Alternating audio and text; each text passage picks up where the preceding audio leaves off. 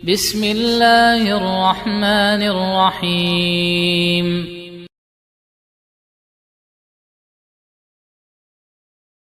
Ketika mereka merayakan hari kekafiran mereka, pantaskah kita mengucapkan selamat? Tentu tidak pantas.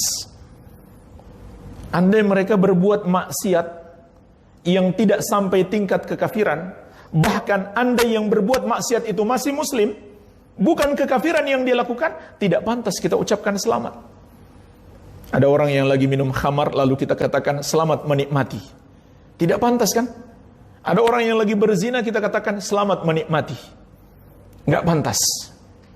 Yang pantas kita katakan kepadanya, bertakwalah kepada Allah, takutlah kepada Allah, bertobatlah, tinggalkan dosamu itu. Itu dosa yang membuat Allah murka kepadamu. Kita nasihati dia, kita kasihan kepada dia. Bagaimana lagi jamaah sekalian, jika dosa itu lebih besar daripada minum khamar, daripada zina. Mereka merayakan hari lahir seseorang dengan keyakinan Tuhan telah lahir, atau anak Allah telah lahir. Bukan seperti keyakinan kita telah lahir seorang nabi. Makanya di sini juga kita sekaligus membantah seorang liberal. Dia katakan, kalau kita mengucapkan selamat Natal, selamat hari lahir Nabi Isa alaihissalam yang mereka sebut Yesus, maka itu tidak apa-apa, tidak dilarang dalam syariat Islam. Bahkan katanya Al-Quran mengucapkan selamat itu. Surat Maryam ayat 33. Yaitu Allah menyebutkan ucapan Nabi Isa alaihissalam. Apa kata beliau? Wassalamu alayya yawma wulidtu wa yawma amutu wa yawma ub'atsu hayya. Dan keselamatan atasku di hari aku dilahirkan, dan di hari aku wafat, dan di hari aku dibangkitkan hidup kembali.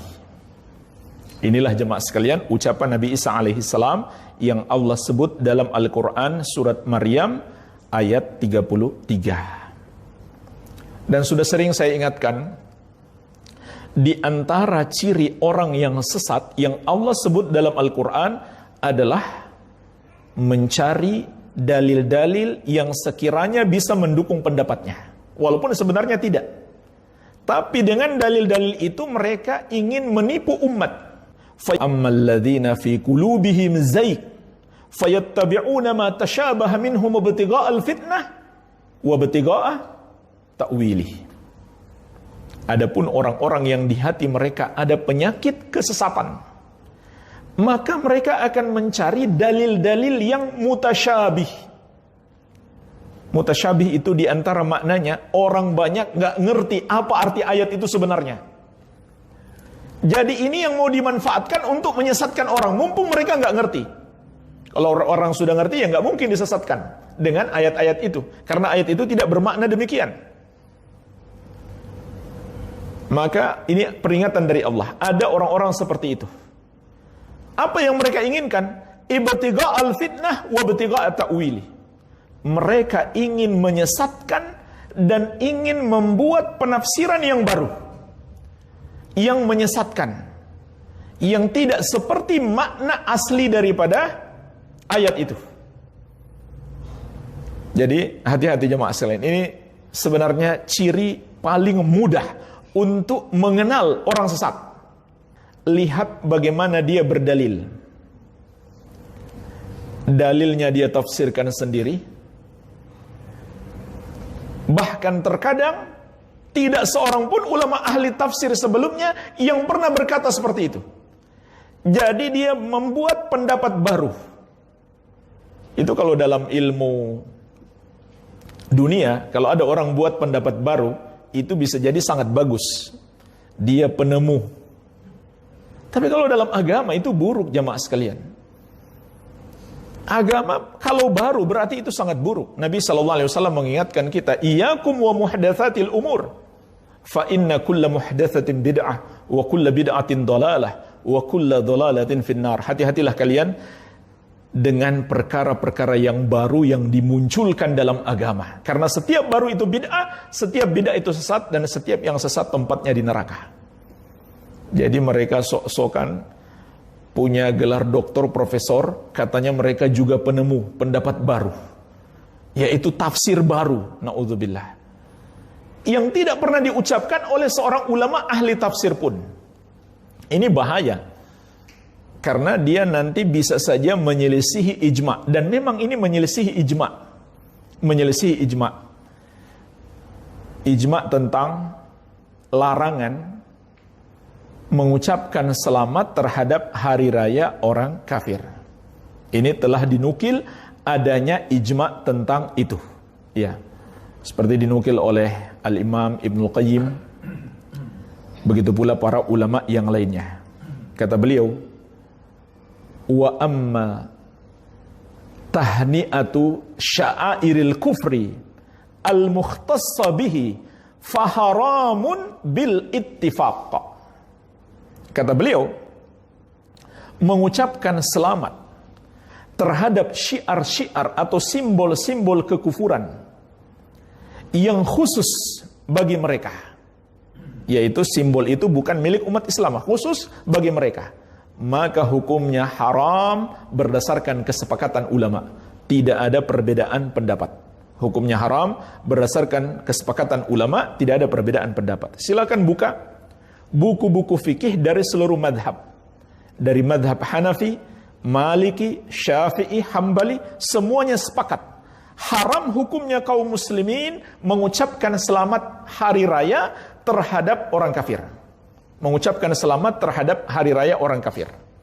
Ini sepakat seluruh ulama Islam, tidak ada perbedaan pendapat. Nah, kalau kemudian ada orang yang dianggap ulama baru datang belakangan menyelisihi kesepakatan ulama terdahulu, maka itu nggak dianggap. Bahkan perlu dipertanyakan, yang datang belakangan lalu menyelisihi ijma kesepakatan ulama terdahulu, itu yang menyelisihi ulama beneran atau bukan? Atau malah penyesat umat? Ini perlu dipertanyakan. Karena kalau dia pernah belajar Islam, jemaah sekalian, orang yang pernah belajar Islam yang benar, walaupun sedikit, dia paham kalau ulama sudah sepakat, tidak ada ruang perbedaan pendapat. Dan ini masuk ancamannya di dalam surat An-Nisa ayat 115. Wa may yushakikir rasulah min ba'di ma tabayyana lahul huda wa yattabi' ghaira sabilil mu'minin nuwallihi ma tawalla wa nuslihi jahannama wa sa'at masira. Barang siapa yang menentang Rasul setelah jelas kebenaran baginya. Ayatnya, hadisnya sudah jelas, tapi dia bilang, kata Pak Kiai enggak seperti itu.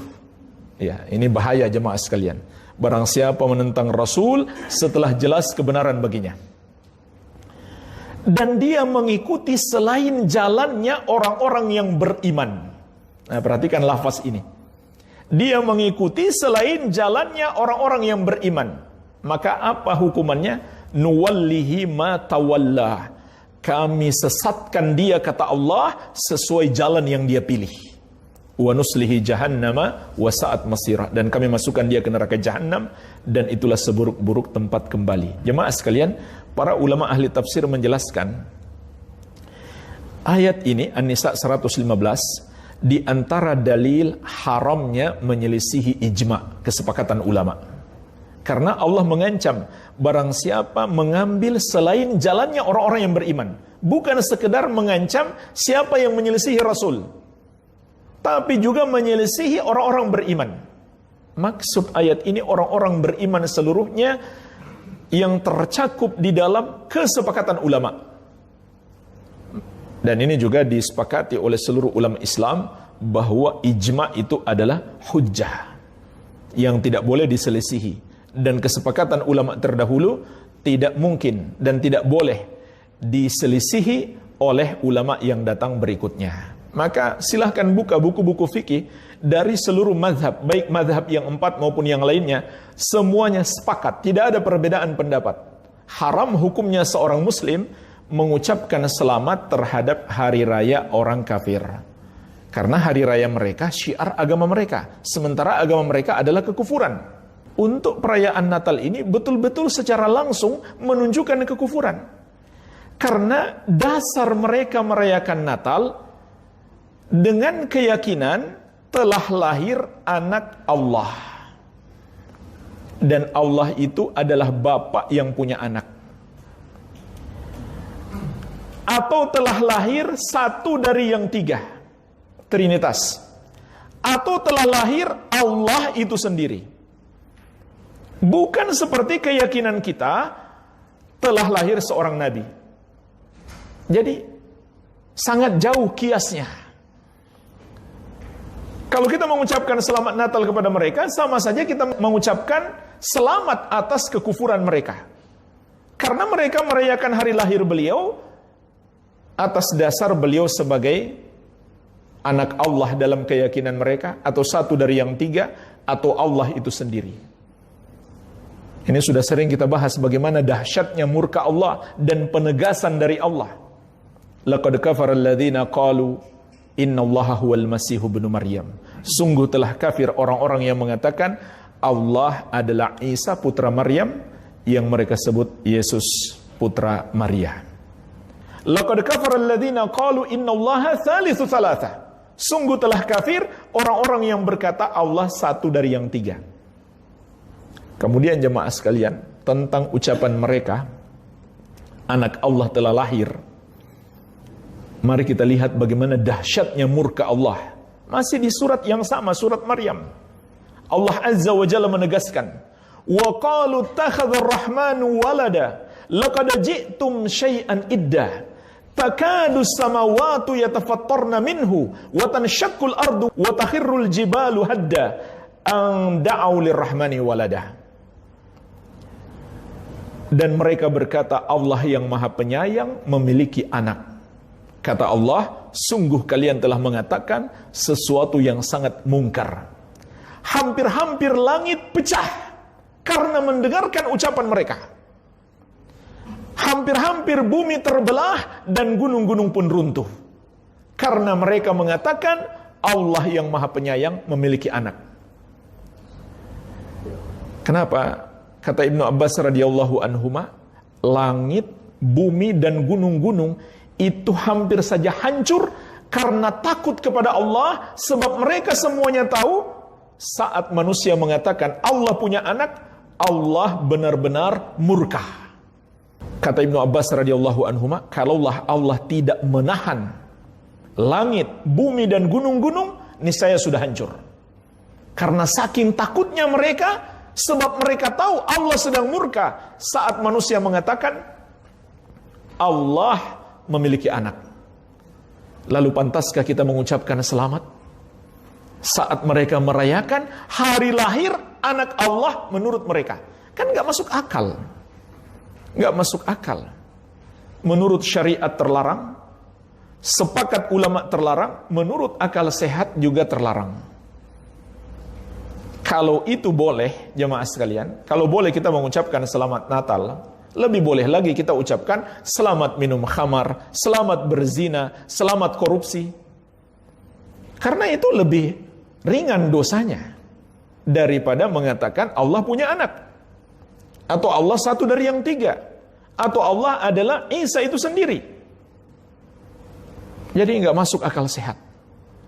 Kenapa mereka mengucapkan selamat Natal? Sebenarnya alasannya satu saja, yaitu nggak enak sama teman saya yang non muslim, nggak enak sama kawan kantor yang non muslim atau tetangga non muslim, apalagi bosnya di kantor, nggak enak. Subhanallah. Inilah yang disebut oleh Nabi Sallallahu Alaihi Wasallam, man ardan nasa bisakhatillah, orang yang mencari keridhaan manusia dengan membuat Allah murka. Lalu dalil-dalil tadi hanya dicari pembenaran saja, tapi alasannya terutama nggak enak kan? Dia dulu mengucapkan selamat Idul Fitri, lalu hari rayanya kita nggak mengucapkan selamat Natal, nggak enak. Sama makhluk dia nggak enak. Tapi dia berani membuat Allah murka. Lebih parah lagi, dia cari dalil pembenaran. Yang Allah tidak memaksudkan seperti itu, dia bawa kepada makna itu. Nah, jemaah sekalian, mari kita lihat ucapan ulama ahli tafsir tentang ayat yang mereka jadikan dalil tadi. Jadi surat Maryam ayat 33 tentang ucapan selamat atas hari lahir Nabi Isa alaihissalam. Imam Ibnu Katsir rahimahullah, imam besar ahli tafsir, berkata, isbatun minhu li'ubudiyatihi lillahi azza wa jalla. Makna ayat ini adalah penetapan dari Nabi Isa alaihi salam yang mereka sebut Yesus, bahwa beliau adalah hamba yang selalu menghamba hanya kepada Allah azza wa jalla. Wa annahu makhlukun min khalqillahi, dan bahwasannya beliau hanyalah salah satu makhluk Allah. Justru jemaah sekalian, inilah makna yang sebenarnya. Ketika orang Nasrani merubah makna ini, lalu kita ucapkan selamat berdalil dengan ayat ini, kan aneh jadinya. Justru ayat menyalahkan mereka. Kemudian perhatikan lanjutannya, kata Imam Ibnu Katsir.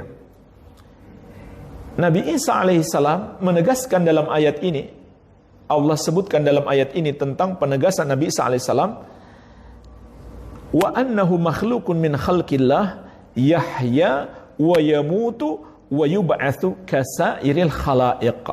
Beliau hanyalah salah satu makhluk Allah yang hidup, dilahirkan ke dunia, kemudian akan mati, dan beliau belum mati, dan kemudian setelah mati nanti di hari kiamat dibangkitkan kembali seperti makhluk-makhluk yang lain. Jadi ini makna ucapan Nabi SAW. Wassalamu alayya yauma wulidtu, keselamatan atasku pada hari aku dilahirkan.